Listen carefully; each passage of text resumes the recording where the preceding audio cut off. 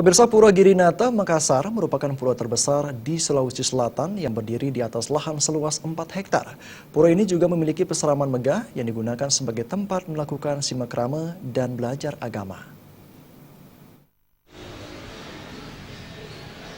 Pura Girinata Makassar didirikan pada tahun 1982 terletak di Jalan Perintis Kemerdekaan, sekitar 20 km sebelah utara kota Makassar.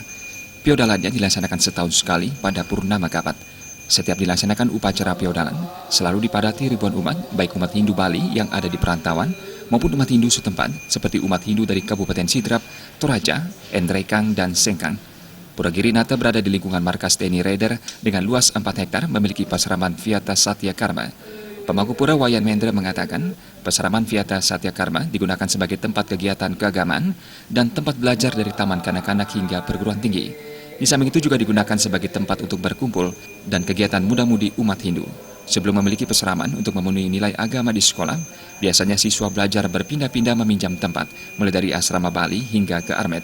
Semenjak memiliki peseraman Viata Satya Karma, semua kegiatan belajar mengajar, ekstrakurikuler dan kegiatan keagamaan dipusatkan di peseraman. Tempat ini adalah swadaya, ya, swadaya umat dan juga bantuan dari pemerintah khususnya Dirjen atau Bimas Hindu, ya. Jadi sangat memperhatikan sekali tentang sarana-sarana yang kita butuhkan.